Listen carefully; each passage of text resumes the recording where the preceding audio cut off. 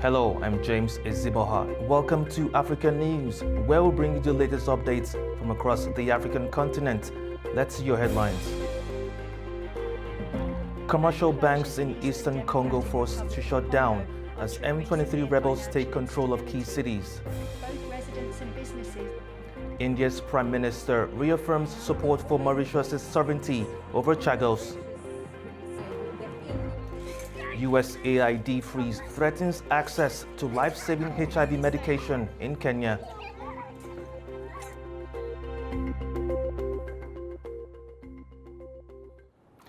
Thank you for joining us. We begin in Mauritius, where India's Prime Minister Narendra Modi has reaffirmed support for the island nation's sovereignty over Chagos during his visits to Port Louis. He also announced an upgrade in bilateral ties and pledged Indian assistance in key sectors. Prime Minister Narendra Modi met with his Mauritian counterpart Navinchandra Ramgoolam to discuss deepening strategic ties. Modi reiterated India's support for Mauritius's sovereignty over Chagos, following recent US remarks on a potential deal between Mauritius and Britain. The two leaders agreed to upgrade their relationship to an enhanced strategic partnership, with India's Modi pledging support for Mauritius in various sectors, including infrastructure, security and technology. We fully respect Mauritius's sovereignty over Chagos. We aim to strengthen our cooperation through platforms like the Colombo Security Conclave, the Indian Ocean Rim Association, and the Indian Ocean Conference.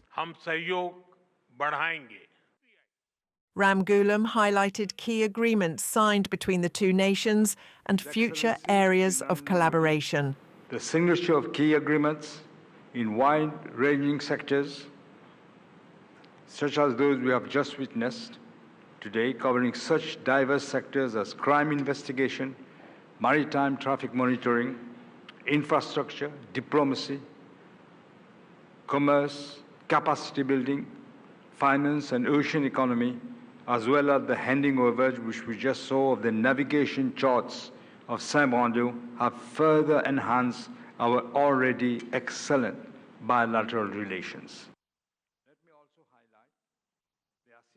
highlight our shared vision is to increase our cooperation in existing and emerging sectors, such as space research, artificial intelligence, digital health, ocean economy, pharmaceuticals, ICT, fintech, and cybersecurity.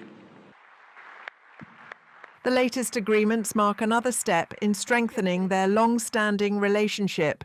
The Prime Minister of Mauritius thanked the Prime Minister of India for his presence as the guest of honour at the National Day celebrations marking the 57th anniversary of the independence of Mauritius and the 33rd anniversary of the Republic of Mauritius. In DR Congo, officials from the party of former Congolese President Joseph Kabila have appeared before a military prosecutor over advances by Rwanda-backed rebels in the east.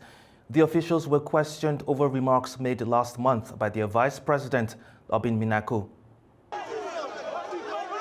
Members of former Congolese President Joseph Kabila's party, the People's Party for Reconstruction and Democracy, appeared before a military prosecutor on Monday. Lawyers say they were questioned as informants, with no charges filed. President Felix Tshisekedi has accused former President Joseph Kabila of supporting M23 rebels, who have taken control of key cities in eastern DRC. However, the party has rejected the claims, calling the questioning an act of political pressure. This is not a normal procedure. Because we are civilians, they took us to military justice with intelligence agents. We are surprised by what we saw on the other side. But how? Why did they release us then? Legal representatives argue the officials were held for hours without evidence of wrongdoing. We spent 7 or 8 hours in the procedure. The most important thing is that our clients were found with nothing against them. There were no claims or offences committed. They went as informants. You see? So all that military justice should do to save its honour, to save the honour of magistrates, was to return these families.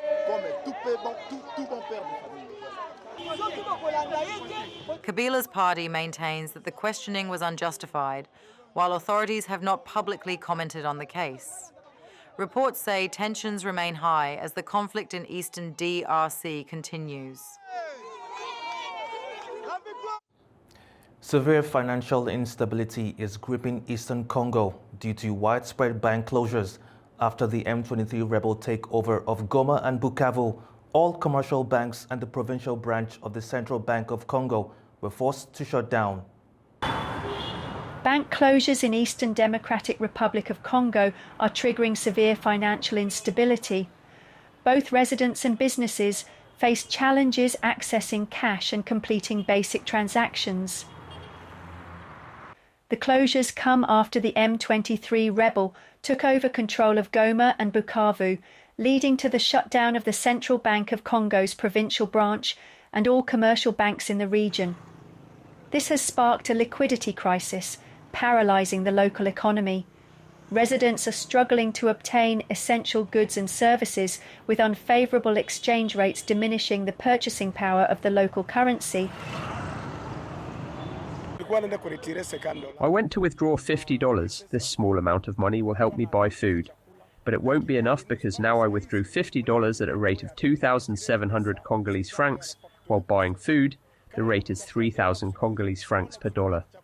Look at the margin of 300 francs. Since I only received $50, I will lose 15,000 francs, and that will be a shortage on the purchases I had to make. The shortage of US dollars has driven up prices for basic necessities, worsening the already critical humanitarian situation. Local businesses, including money changers and market vendors, are experiencing significant drops in revenue due to the economic turmoil. Trade flows from neighbouring countries have also been disrupted, adding to the region's financial instability. Experts warn that the situation could lead to long-term economic consequences, including the potential collapse of microfinance institutions and other banks if the crisis continues. Still in Congo, local organizations are stepping up efforts to fight malnutrition following the looting of humanitarian aid supplies. A factory in Bukavu is producing fortified biscuits to help children at risk. The M23 rebel takeover of Bukavu in February led to the looting of food aid, including 6,800 metric tons of World Food Programme supplies. With nearly half of all children in South Kivu suffering from chronic malnutrition, local NGO Kesho Congo has expanded production of Masoso biscuits to fill the gap. Officials say the biscuits are made from locally sourced corn, sorghum and soy flour, supporting thousands of women farmers while providing a sustainable nutrition solution. The chronic malnutrition rate in South Kivu is 48%, meaning about 1 in 2 children suffers from chronic malnutrition. It's a scourge. With the current situation, these numbers risk increasing considerably. It's therefore crucial that organizations commit to bringing solutions.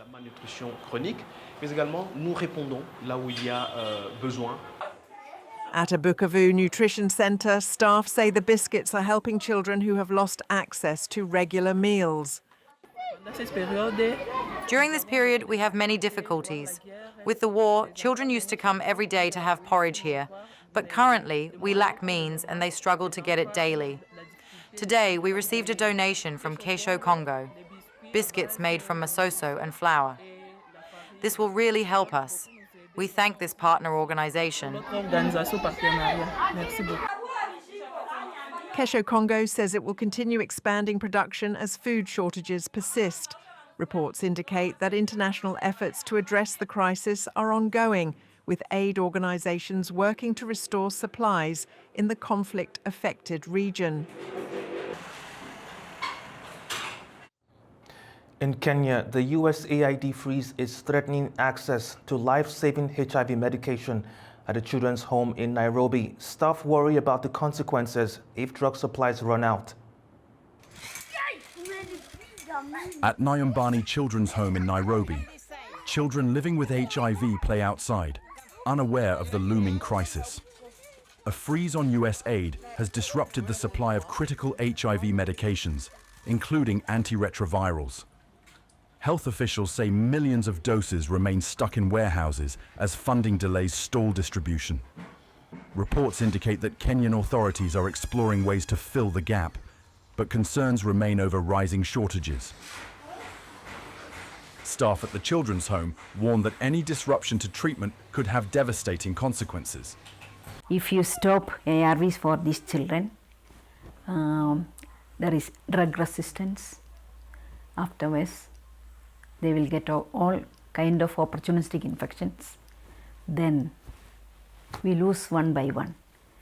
We don't want it to see, or we don't want it to happen. For individuals reliant on the medication, the uncertainty has added stress and fear for the future. I'm always stressed up because if the USAID stops this funding on us on these HIV drugs, what will I do? What will happen? So that is my stress and that is my pressure with my girl. Yeah, even my other girls, they tell me, Mom, we really pray for you, but we know you are going to be strong. So I told them, yeah, you just tell them by your mouth, but inside, deeply in my heart, it's too heavy for me to pour it out on them that I don't see a life. Kenyan officials say efforts are underway to unlock existing medical supplies and secure alternative funding. Reports indicate that $10 million is needed to distribute HIV medication already in storage, but it remains unclear when the drugs will reach patients. In Libya, the holy month of Ramadan brings a surge in demand for traditional tano bread. A local baker in Benghazi says he is working longer hours to ensure everyone gets their share. A bakery in Benghazi has come alive following increased demand for tanoa bread, a Ramadan favourite in Libya. The flatbread, baked in traditional coal-fired ovens, is a key part of iftar meals during the fasting month. Bakers say demand surges in Ramadan, with many preferring the whole wheat variety as a healthier option. A single loaf sells for 5 Libyan dinars, $1.04, as people maintain a long-standing tradition. A local baker says he has extended his working hours to meet the increased demand. I have been working for full 8 years in making tanoa bread. We don't work full working days in normal days, only from 9 in the morning until noon. In fasting days, I work from 9 in the morning until afternoon. The blessed month, Ramadan, is known for its turnout. It is crowded, as you can see. All people need it. We don't like to disappoint people who need the bread in Ramadan. Customers say the bread is an essential part of Ramadan traditions in Libya. I've been coming for 4 or 5 years to buy tanoa bread. Tanoa bread is indispensable at Ramadan table. Our mothers and grandmothers used to prepare it every year. It is part of the heritage passed down from one generation to another. Tanoa bread remains a staple for Libyans, especially during Ramadan. Bakers in Benghazi say they will continue working extended hours throughout the month to keep up with demand. Well, that's all we have today in Africa News. Thank you for watching. Stay tuned to A News.